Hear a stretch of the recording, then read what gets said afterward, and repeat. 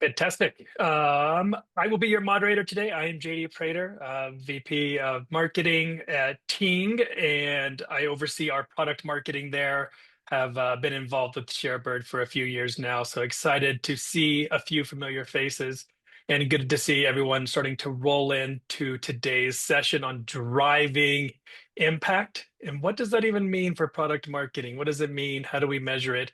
We've got a great group a panelist here. I will do some Brady Bunch style popcorning. Priyanka, you are the closest and right next to me, so I will start with you for a quick intro. Sure. So, hi everyone. I'm Priyanka Srinivasan. I'm the Vice President of Product Marketing at Verkada. Verkada, we are the industry leader in cloud-based physical security. And I've been in the role for a little bit more than 2 years, and I oversee not just product marketing, but also content marketing, solutions marketing, localization, and our annual user conference, Verkada One. All right, Bruce, you are up. You're right next to her. Excellent. Hi, everyone. Bruce Randall. So I'm VP, or I was VP of Product Marketing at Atlassian. I actually just left here a couple weeks ago. So I've been in the product marketing space for several years. In fact, I think over 25, if I'm not mistaken. Before product marketing was even different than product management, if that gives anyone any reminders. They were the same thing at one point. Prior to Atlassian, I was at ServiceNow for many years, managing their biggest products, ITSM and ITOM. Really love product marketing. It's my favorite career. So I'm excited to be here today with you. Lizzie, I think you're on, right? Yes, I think it's my turn. Thanks, Bruce. Hey, everybody. I'm Lizzie DeCantor. I am head of product marketing at a company called Hightouch. I love being the head of product marketing at Hightouch because I actually get to be a PMM for a MarTech solution, which is so much fun. I was excited by this company, this team when I met them because it was a product that would have saved me so much time and so many flights at different organizations. But like Bruce, for the most part, I'm a career product marketer. Have been doing this at startups for the last 15-ish years, I believe. And currently, the team that I lead owns everything. I would say we're a pretty early stage, high growth company. So we have sort of a mix of ownership on our team, from more like GM incubating products functions to like matured, tried and true can plan revenue, as well as analyst relations and customer advocacy and tons of content as an early growth startup, which I know is a question that someone had to guide us by today. But really excited to be here and to have a great discussion. Yeah, I mean, marketing to marketers, a marketing solution doesn't get any more meta than that, and so I can relate back from Quora days when I was in Quora. So let's get started. We've got some questions that the audience you have put forth prior to this panel, and so we went through them. We kind of stack ranked them, kind of put them in order for us to kind of flow through for like the roughly the next 20 minutes. So, first question, we've got some VPs on here who have come up the ranks. They've been either where you are or where you are hoping to be. And so the main question here, and the first one to kick us off here is, what are your metrics? All right. So what are the metrics your product marketing teams are uniquely and primarily responsible for? So it can be uniquely, it can also be responsible. So we're going to start there. We're going to get a little bit more detailed with the next couple of questions as we kind of dive into these metrics. But the first one here, we'll do reverse order this time, back to Lizzie, just to keep it fresh. Cool. So I seeded this a little bit when I talked about my team's ownership area. And so when you talk about metrics that we're uniquely or primarily responsible for, it really does depend on who you are on my team. I also think like most of us, it depends on like what quarter or what half of year it is, because I really do see PMM in this unique role where we're like Navy SEALs for the business. Like, what is the biggest funnel problem and how are we diving deep on it? But currently, right now, I would say I have one side of my team that actually is directly aligned with revenue. So I mentioned like I have a core part of my team who is responsible for incubating products that we think are just reaching or actually pre-product market fit. So in that capacity, I have the small tiger team that is directly looking at funnel metrics all day, every day, and they're doing anything they can to try and improve how we hit a North Star of a revenue target. My other team members, it looks more like quarter over quarter planning. We certainly have 0 to 1 metrics, but I always try and aim for a North Star. So whether it is, a multi-quarter, how are we seeing win rate improve on this specific product line, or oftentimes actually where I am today, we do a lot of like awareness and top of funnel that looks more like traditional campaigning. So I'd say like always looking for a strong North Star metric, but then understanding that you're gonna have supporting, whether it's like 0 to 1 or just like did the thing launch style metrics, you sort of need the sum of the parts to have it make sense. So a blend, honestly, is the answer right now. Nice. I like the blend. Bruce, how'd you guys think about it at Atlassian or even in previous roles? Yeah, I actually like Lizzie's. I love the way you said North Star. I hadn't thought of that word before, but I really like to describe those metrics because I love to make sure all my product marketers are able to tie back to revenue in some way. Like they have to feel like they're part of the business. They really need to feel like what they do matters to the business. And so that's honestly the best one to help you get there. And if you look at your health of the business, if the revenue isn't growing, then your business isn't healthy. And so there's a whole bunch of challenges you need to think about. And there are a lot of things that actually help to understand whether you're on the path to revenue. Obviously, pipeline for product marketers, we're unique in the sense that we care just as much about overall pipeline as we do about marketing generated, right? Even though oftentimes we report through marketing, marketing generated is only part of the puzzle from our perspective. And so we want to make sure we're watching pipeline. We're looking at it at regularly. There's even things like brand value, which can be assessed through like analyst relations. And then I probably should have said this secondly, or after pipeline, but if you look at the things that lead up to pipeline that we directly do, those also matter too. Think about content utilization in the marketing realm, conversion metrics.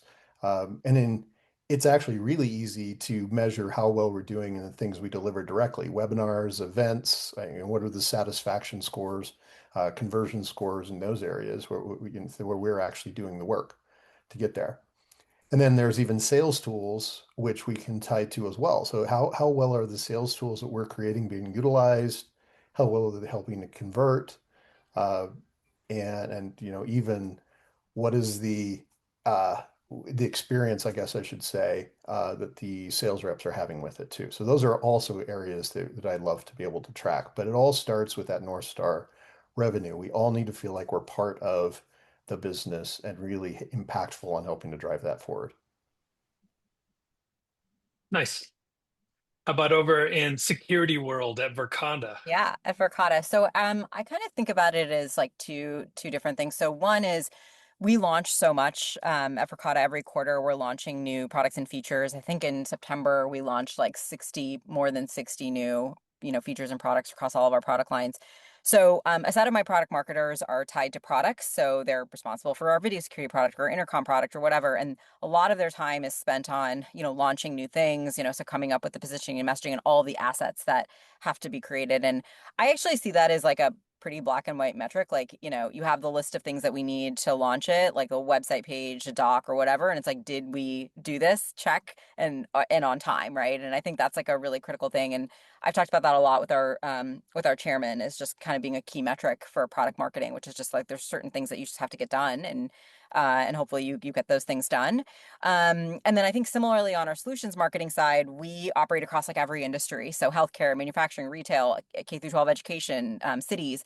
And so we're always building out new industry and use case pages and all kinds of things like that. And we have to, come up with the messaging for that. So again, of the long list of different use cases and industries that we have every quarter, we're tackling new ones. Did we complete those pages and, docs and things like that, or did we not? So I think that's like the first piece of it, which is very tactical in nature. And then the second piece of it is now like tying it to revenue.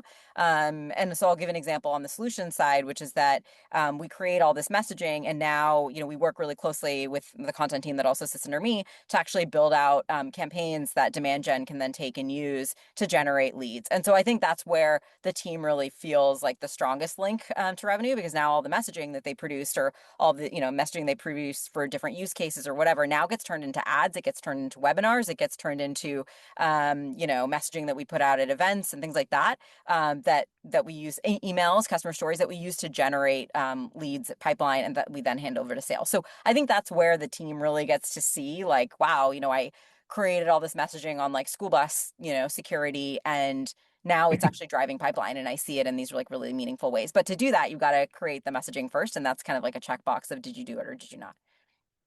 Yeah, I kind of like that. I kind of to kind of like recap some of this is like you have like a say do. I don't know if you guys ever heard of this. Like you say we're gonna do something and then we do it, right? And like that's a metric. Did we say what Yes. we're gonna do? That love that. Like that's a lot of quarterly planning. Going back to like Lizzie was talking about, I would love to look at a 26 plan, and actually have it come to somewhat fruition. Uh, as we all know, the other side, the product side, I've never seen anything launch on time, but we'll see. Not to, poke too many. And then the other side of this too is also thinking about how do you tactically, up funnel, downstream, whatever you kind of are as a product marketer, is like getting to that revenue number though is great. Like that's the influence side of things. But like, hey, you're not going to get revenue if your messaging isn't working, which means your market research wasn't working, which means maybe your competitive wasn't working, right? Like all of these things are inputs and factors that are working. So kind of goes into the next question as we're thinking about these ownerships and accountability. We now have other teams that we're interacting with, right? We need the sales team to understand our ICP. They need to understand our messaging. They need to understand our battle cards that we're creating, getting really tactical. So, how do you think about clear accountability over these goals? Say a revenue goal when product built it, sales is sailing it. Like, where does PMM fit within all of these revenue and when we're overlapping with product sales and even demand gen teams, content teams? So anybody want to volunteer to take that one? I'm happy to do it, Yeah, go for it. or at least start it, and I'm sure everyone has something to add to it. I actually like what Priyanka said in this area, right? So if we're creating ownership, or sorry, we're sharing these bigger North Star metrics with others, activities are often the way that we can measure how well we're doing and also provide accountability for our team. So, for example, and I've seen this before where, before I get to my example, I've seen this before where we actually plan to the nth level. Like we know we've got to Mhm. deliver $100 million in pipeline. We're going to do, 20 million with webinars, which means there's 20 webinars, whatever the number is, where we would plan exactly how many we needed to do. And in that case, it's pretty easy to turn around to your product marketers and say, look, you own 5 of these webinars and they need to deliver X amount of a pipeline, and which means you have to convert at this level. They have to have this level of success, customer success and survey results, et cetera, to be able to do that. So the activities are a very, very good way to be able to tie back. And even on the launches, as Priyanka mentioned also. So, if part of what you're trying to do is drive pipeline, drive excitement, drive brand awareness. Launches are really important. So you have a list of things you need to do. It's pretty simple. Hey, you're in charge of this launch. Get all these things done, and you can say that you've met that goal and you're contributing to the overall North Star metric. Well, Lizzie, Priyanka, Lizzie, go for it. One, I totally agree with everything Bruce said. I do think it's about figuring out like the sum of the parts. One thing I will acknowledge here that I imagine Priyanka and Bruce feel the same, and probably most of the people listening to this call, like as a PMM, you find yourself as the leader of the group. Like you were the leader of the group project when no one else would volunteer. You continue to be the leader of the group project when no one volunteers at work. You are a professional cat herder. So I would say like accountability and ownership. One way that I find PMMs can really feel good about that is you are constantly, as you own that North Star metric of revenue or of an improvement in the funnel, something like that, you are motivating a bunch of people who don't report to you to be willing to get on your team and work on the strategic, exactly, work on the strategic project with you. So it is something that I always talk to my team about, encourage them. Like, there's nothing harder than managing people who don't report directly to you. And I think it is like a really important indicator of impact of a good product marketer and a really solid program that they're running. So as I think about like owned metric or like shared metric versus like what what can that PMM own or feel like they're driving to, in the most part I agree with Bruce. It's one solid number, and then what are the supporting metrics, and then from there that's actually where like program management, project management comes in. So like if we are going for this overall revenue goal and to back into it, one of the ways we might do it is increase win rate with this vertical by X%. Okay, well, we're going to do it by delivering a new sales enablement program to help people better approach this competitor. I'm going backwards here, but I think like you figure out what those program elements are that, to Priyanka's point, are sort of the like, did we deliver or not? And then we need to go back and check in like, yes, we delivered it, but is it working? So there's all these like North Star and then leading and lagging indicators that are supported by actions or assets or programs that PMMs are delivering, and also sales is with you. But I think having that big program plan that you build out and you can revisit quarterly is really important, to feel like you're keeping it on the rails and can slowly see you chipping away as the professional cat herder. So Yeah, I don't have a lot to add. I mean, I agree with that. I was kind of thinking about it in the context of like any individual product that we have. So for example, for my PMM that's selling intercoms, for example, there's a number of people that own the revenue number, but I think we all sort of, everyone kind of has a piece in it. Maybe we can run a campaign that generates a lead, but then we got to pass the ball over to sales, and like ultimately like they may or may not close it. So, or maybe they are able to sell a lot more than what we what we thought that opportunity looked like. So at the end of the day, I think it's very difficult to do attribution on revenue or to really see who's like accountable for what, but I do think it's just the sum of the parts. Yeah, it's like the classic saying of like, how do you eat an elephant? One bite at a time, Yep. right? And I think what we heard from all of our panelists here is we are solving a business problem. We are solving it with marketing, right? And marketing can do communications, right? So this could be a landing page, a webinar. These are activities, and all it is marketing math. Here's a number. How do I hit that number over time? These are the things we need to do and deliver and execute across. And now we can go and say, did we do it? Did we not do it? What was the results?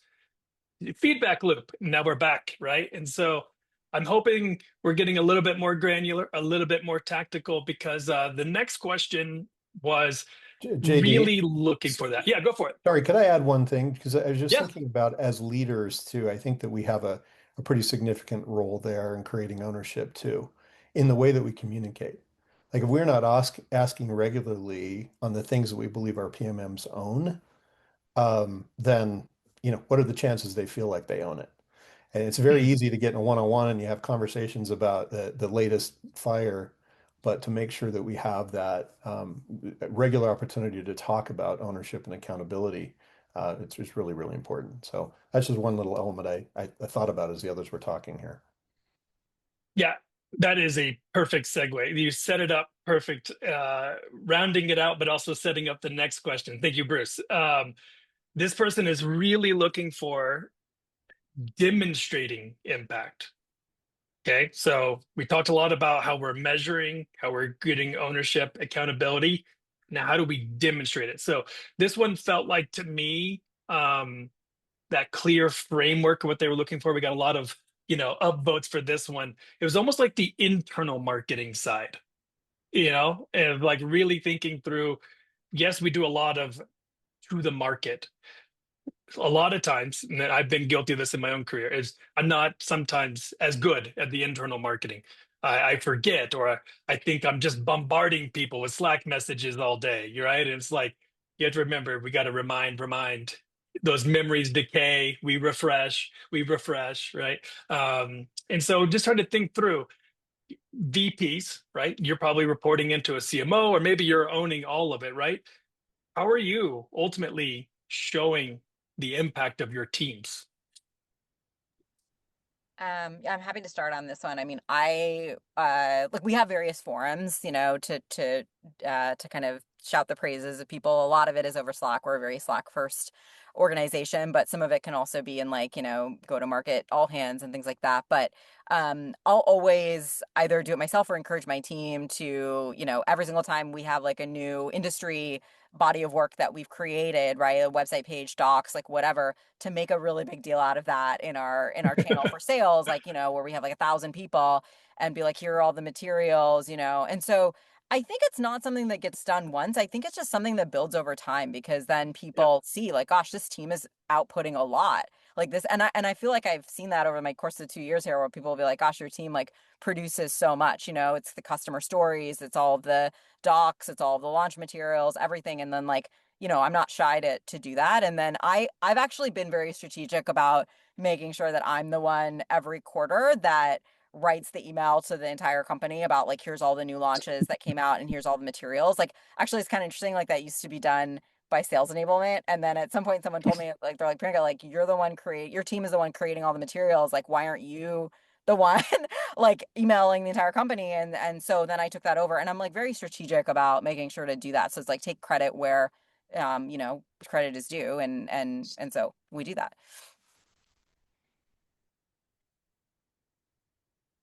I like that. Who wants to jump in? I would, I would Lizzie. Yeah. I would certainly agree with Priyanka there. I was like reading back over the question to think about other things I would add. I certainly think like finding opportunities um to promote visibility and things like all hands, like functional all hands or all company all hands, as well as like sharing and shouting out in public forums. I did talk about it a little bit, but I do feel really strongly, and I have some physical frameworks if folks on the call are interested that I'm happy to try and like maybe like anonymize, templatize, and share. But if you are at a really like robust, it's not my organization now to be super clear. But if you are at probably maybe Bruce more like an Atlassian where like things are like fiscals are much more fixed, quarters are much more fixed to within the extent that we can. And you might be working against like an annual strategic plan, just a framework for what's my big number? What are my supporting metrics? And then each quarter using something as simple as like an Excel format, like a table-based format of showing like what's the initiative, how do I describe the initiative, and what are all the things that quarter going into it. So there is visibility that you can share up in Excel format, in slide format, and however your company communicates back with that leadership team. So that's something I've done really successful in past teams. I'll be candid, it's not the rhythm of my organization today, but I think like figuring out, and I think your leader needs to do that, figuring out the way that your executive team communicates and appreciates that information, and then how you as a PMM organization can package that up to show impact to leadership is very important. And it is, I wish it was a silver bullet, but I do think it all very much depends on how you plan the organization, yeah, who's the right executive, all those kinds of things. Yeah. Thanks. I appreciate both what both of you said. I'd add, I actually have a pretty standardized format, and I look at, I have, I'll call it a walk around deck, right, that I update quarterly, and I use that in pretty much all my one-on-ones with other executives, leaders of my stakeholders. But it includes really three elements in it. Number one, our goals, right? What are our goals? Number two, it includes our achievements so far, and number three, plans. And the achievements and plans are actually separated so that we can send those out. And someone wants to see achievements that we've had, then we'll be able to showcase those. If they just want to look at plans, we'll be able to showcase those.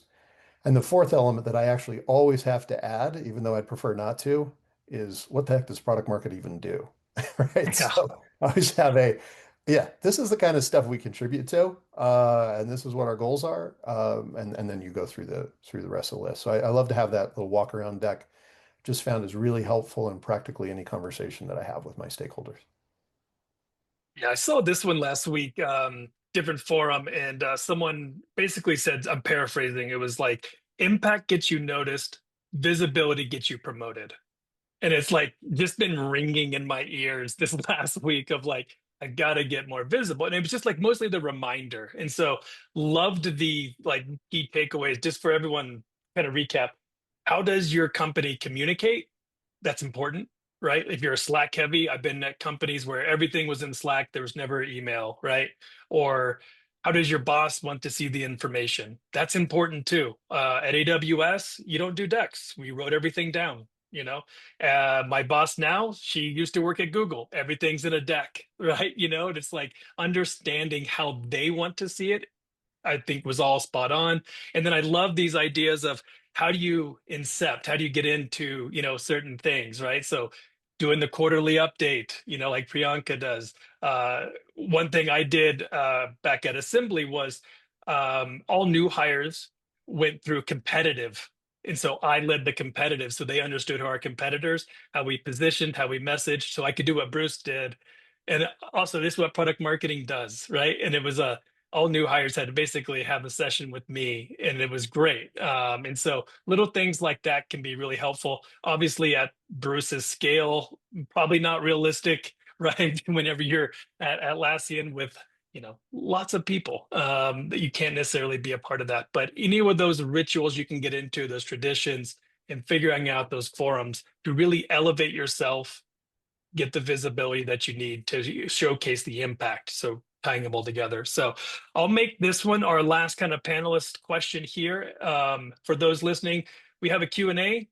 Get your Q&A in. We will do live questions after we answer this one. So this one is, thinking through going back to that founder PMM. So I don't know if anyone here has been a founder PMM, which is, kind of that first PMM, or maybe you've had to come in and build out your own org, so we can kind of take both ways there.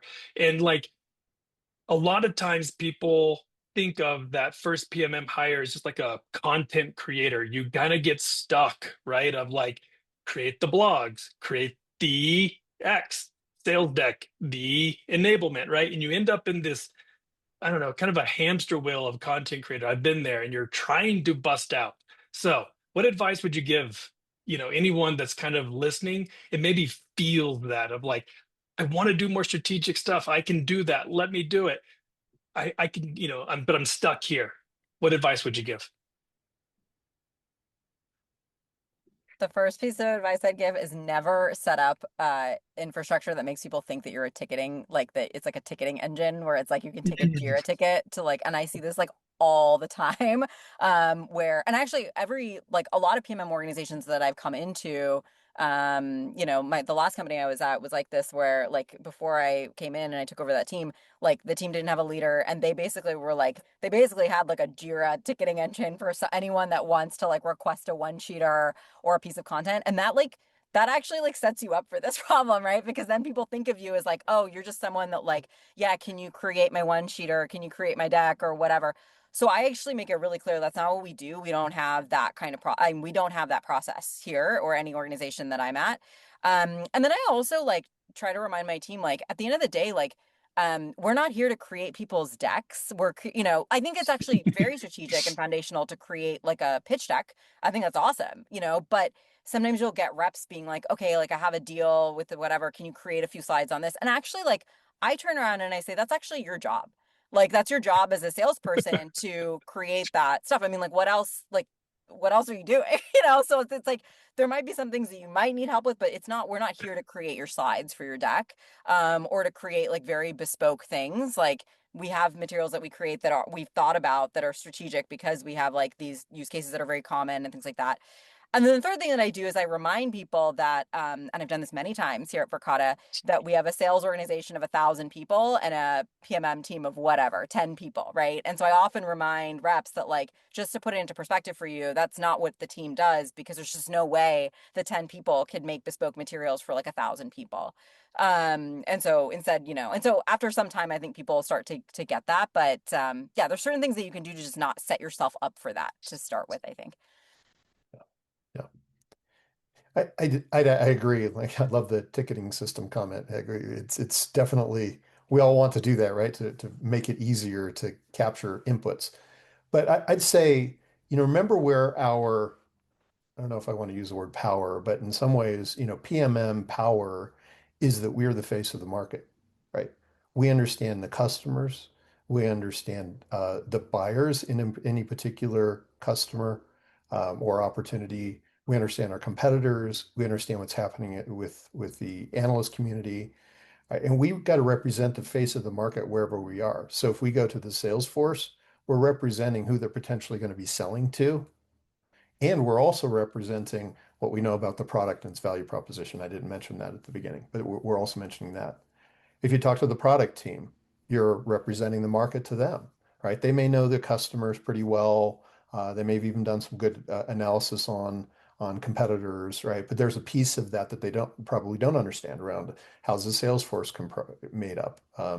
What is the sales force good at selling today? What are they not good at selling today? What are some of the inhibitors they have? How are they being paid? Like they don't understand all of those things. So product marketing sits in that intersection of places where we can be the face of the market to everybody that we interact with, or at least a component of the market to everyone that we interact with. And I'd say just really stay focused on that. Know who your buyers are, know who your competitors are, et cetera. I agree. Just to say, I agree wholeheartedly with both of these comments. Honestly, I don't have much to add, but I would give like some tactical advice here because I've definitely felt this, and I have come in early to manage teams that are feeling this way to try and get us out of these traps.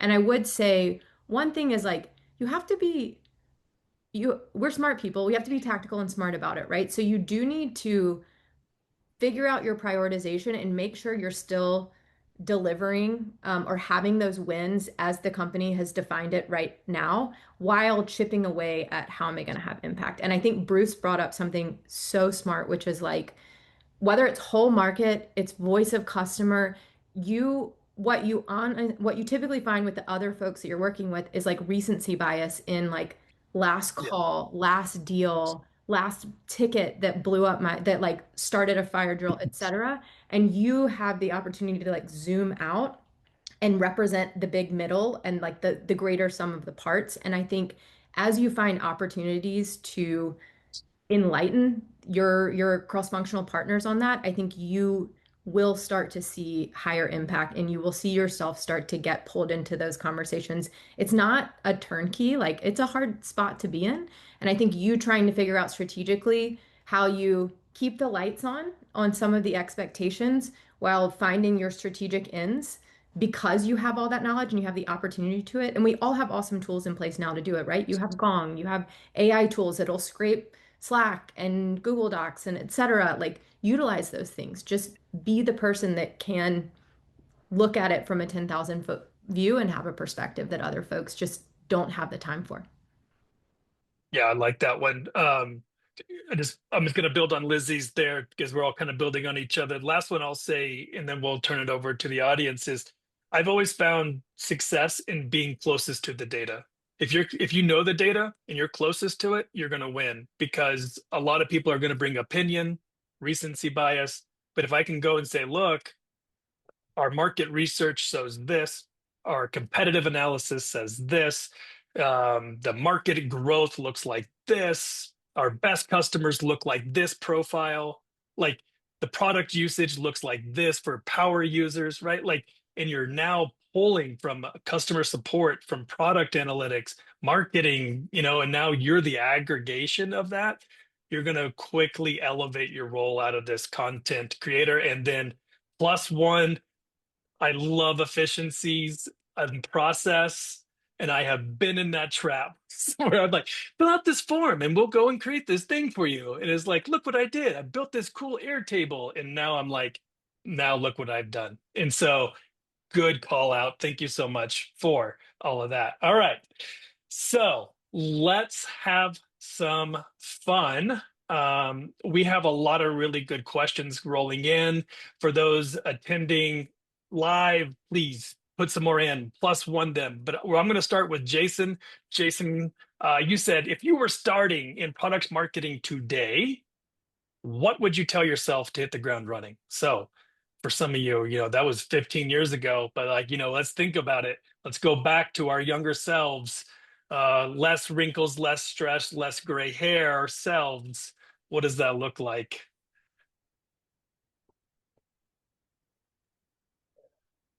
I mean, it's probably been furthest since I've actually started, but since I've hired a number of people that have started, the advice that I gave to them was, number one, pair up with a product marketer who can be a good mentor to you if that's possible, right? You may not, they maybe you only have two of you, in which case, the leader and the product marketer would be working together.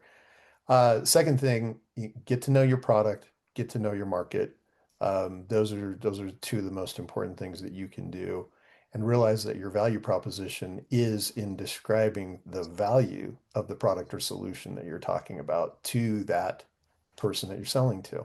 Right? A lot of times we'll have interactions with product teams, for example, and they're willing to describe how great their product is, all the things it can do. But what's missing is how is someone going to get value and how are they going to get value quick, right? That's what we deliver as a product marketer. So, think about that from the beginning. Um, but yeah, just a couple of ideas. Get a good mentor and really get to know your product and your market right from the beginning.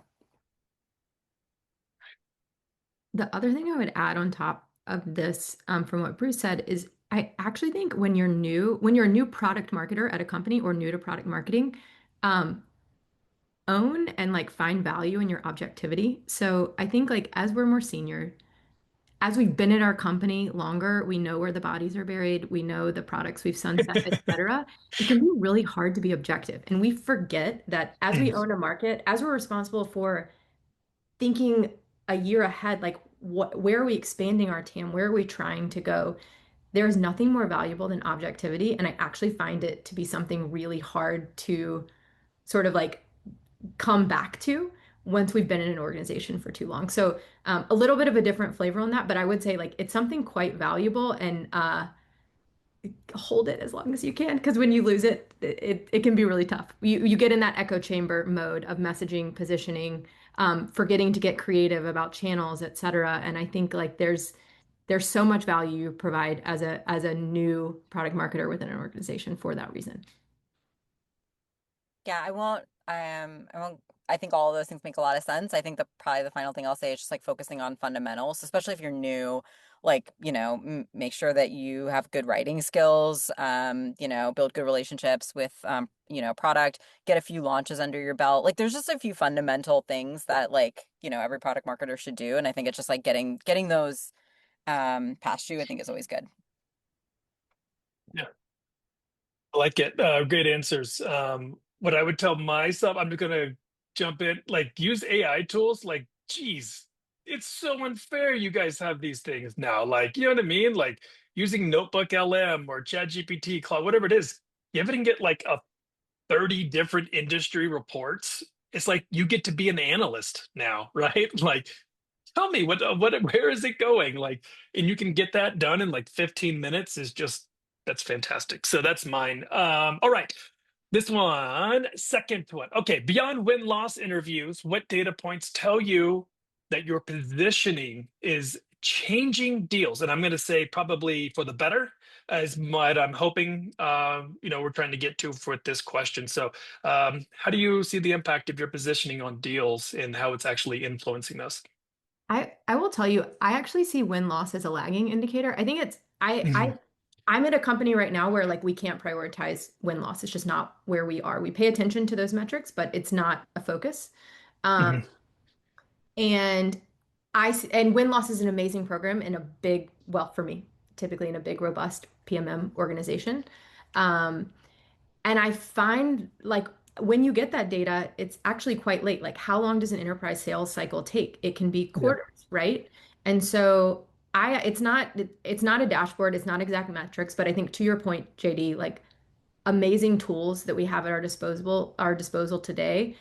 Whether it's just like Gong search or like utilizing an AI tool like Glean, you can see if reps are adopting and picking up the materials, the talk track. It's so easy to create like um, call listening that will pick up when someone is using certain language or when you hear a customer using certain language. So I would actually suggest going rogue and figuring out how you set up some sort of call listening that will alert you when things are coming up to see, are you seeing a shift in the way people are actually talking? So that's my recommendation. I think win-loss is amazing, but I actually see it as uh, you're waiting a long time for that information. You don't have to. I'll just plus one Lizzie on like the call stuff. So we actually have no idea though our win-loss metrics here, but I mean, we do a lot of like listening in on calls my team does to just see how things are being pitched and talked about and what customers are talking about and what kinds of use cases and things like that that they're bringing up because we then use that to figure out like, okay, what do we want to build in terms of messaging yet, like next. And so I think that's a huge one. Yeah. Yeah, plus one. I think it's really well stated. And I'd use the word consistency. Like our number one job is to get message consistency out in the market. Like it is actually less important to get the perfect message than it is to get one that can be repeatedly stated by everyone in the Yeah. organization.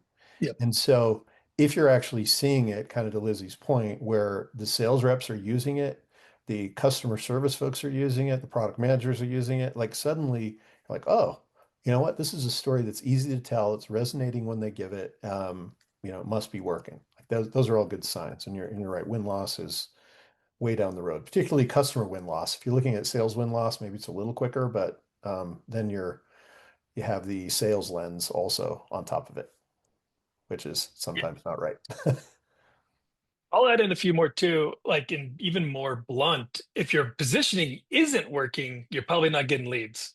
You're probably not getting any demos. You're not closing deals. They're taking too long. You're bringing in the wrong people.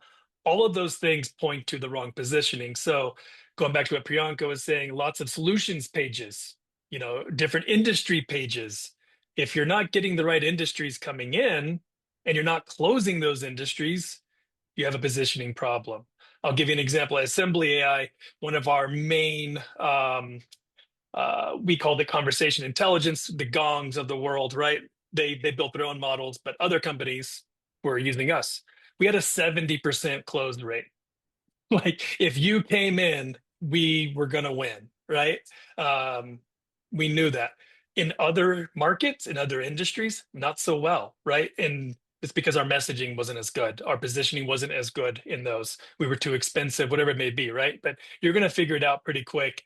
So if you're looking at those indicators and understanding where's demand gen seeing success, in figuring out the content and the fuel side of things. So win loss, again, agree with everyone here. That could be 6 months down the line. You may have already changed, adapted, evolved in that time. So great. Let's keep going. You guys are crushing these questions. Whoa, here, this is a good one. Okay. What systems do you create to make reporting of results repeatable, sustainable when getting data from different teams is difficult? So yeah, we can kind of talk about how do we get data? How do we do some reporting? And then maybe how do we automate it? How do we make it repeatable? How do we make it kind of easy to aggregate? Yeah, this is the tough one. I, I mean, in all honesty, like I'm going to say, if we're the ones who are doing the work of getting the data, then we're probably not focusing on the most important thing to begin with. So I actually always leverage the marketing analytics team, the FP&A team, even the sales ops teams to help generate those metrics. At the end of the day, like we're going to fail if that's what we do, 50% of our time. Um, we're better not with no metrics if that's what we're doing, in all honesty. Like I would, so I ask, and I've always had Tableau and other things that we get the sales ops team, marketing analytics team to actually utilize. Tableau, oh shoot, what's the other one? I mean, just any, one of those dashboards that you can use to drill into is one of the tools that we use, but never am I the one who's doing the majority of the collection on the metrics. I agree with Bruce. I would say, well, one thing I would say I actually just had this conversation this week. It was like actually it was healthy for me because I think sometimes we get so hung up on like, can I measure the thing that I do that sometimes we don't do good things. And Mm, and we don't want to do like you don't want to get into content creator like support ticket mode, but you also don't want to not do things you have conviction in just because you can't figure out the funnel metric it relates to. So I think to yeah. Bruce's point, like strong partnership with RevOps, with marketing analytics, whoever, to make sure you as a product marketer for your product area, for your solution area, your vertical, your go-to-market, whatever, you have a centralized dashboard to understand the health of the business you're responsible for is Yep. important. You figuring that out is important with your leader, with your ops partner, etc. But I think on a like case by case basis, it's really about figuring out what metric is already humming that you can associate to say this is working. So I'll give an example. Like at my company, we do a lot of top of funnel work and we do a lot of blogging. Um, and the way that we do it is like we've de-risked it a bit because when we launch a new blog, we just ship it over to our performance marketing team. They actually spin up a bunch of creative variations and they have a full-blown getting marketing versus holdout group that we're always trying to say is like the sum of the parts Interesting. greater than what we're not doing. So is it good that we're marketing versus not? That's a really basic answer right now, but it's where my business is right now. And I think it is a positive way to keep our growth team and our PMM team working really well together on like how does thought leadership actually contribute to our top of funnel conversion rate. So Yeah. I don't have a lot to add. When I first heard this question, I just thought, well, my team doesn't do any of the gathering of metrics. We have a data scientist team and a marketing analytics team. So maybe that's different at a much smaller organization, but we're just at a size where like someone else is creating dashboards for us for everything. So Yeah, I'll go. I've done founding before, and so I'll try to help maybe fill in some of the gaps if you're at a smaller company, a smaller startup, you're the first PMM. A lot of times, again, I will aggregate, but I'm not going to go build, right? So I'll kind of say, oh, hey, salesperson, where are you looking and getting your data? You're in HubSpot, Salesforce. Cool. Show me your dashboards. And that way I can kind of see what he or she is looking at least understand what they are focused on. That's also important to me too, because if I want to influence sales, I need to know what they are looking at, right? And then we can see, did we move any needles, right? And that's the kind of the same for marketing. That's the same for like product, like my product analytics. But like I can almost guarantee you it's not one tool doing all of those. And then if you're lucky enough to be at a company, you're probably at the 100+ mark, or you got a rev ops, biz ops, marketing ops, sales ops. You got the ops people, really starting to build and get those humming for you. That's when I will then just be an input. Have we thought about measuring this? Can we do this? Is there a way for us to do this? And that's usually either a ticket or a conversation. And again, there's no guarantee that ticket's going to get prioritized, but it's at least an input to they can go get the data to help us understand certain kinds of things. So hopefully that's helpful as you're thinking through measurement, as we talked a lot about, in the beginning of the combo, getting the metrics. What are we responsible for? How are we tracking against it? But again, you can only do with what you can, with what you have. All right. So probably we may have one or two more questions. So this one is around hiring. So when you're hiring PMMs, what skills, behaviors most strongly correlate with later being able to show meaningful business impact, not just being well liked cross-functionally, which I always find interesting. Most PMMs are pretty well liked, and they're usually pretty good at that cross-functional side of things. So what skills, behaviors strongly correlate with meaningful business impact? Second piece, if you're hiring, plug it. I think maybe Priyanka, you might be, but anyway, if you're hiring, plug it. So what are you looking for? Skills, behaviors, and then is there any correlation to down funnel performance, maybe a year in? Priyanka, yeah, go for it. I can start because I'm always hiring. So, yeah, I think on the PMM side, I mean, like we're a little different here at Verkada. I mean, we look, uh, like it or not, we look for folks that like went to top schools, top institutions. I think that just seems to be a signal for us, and we like that.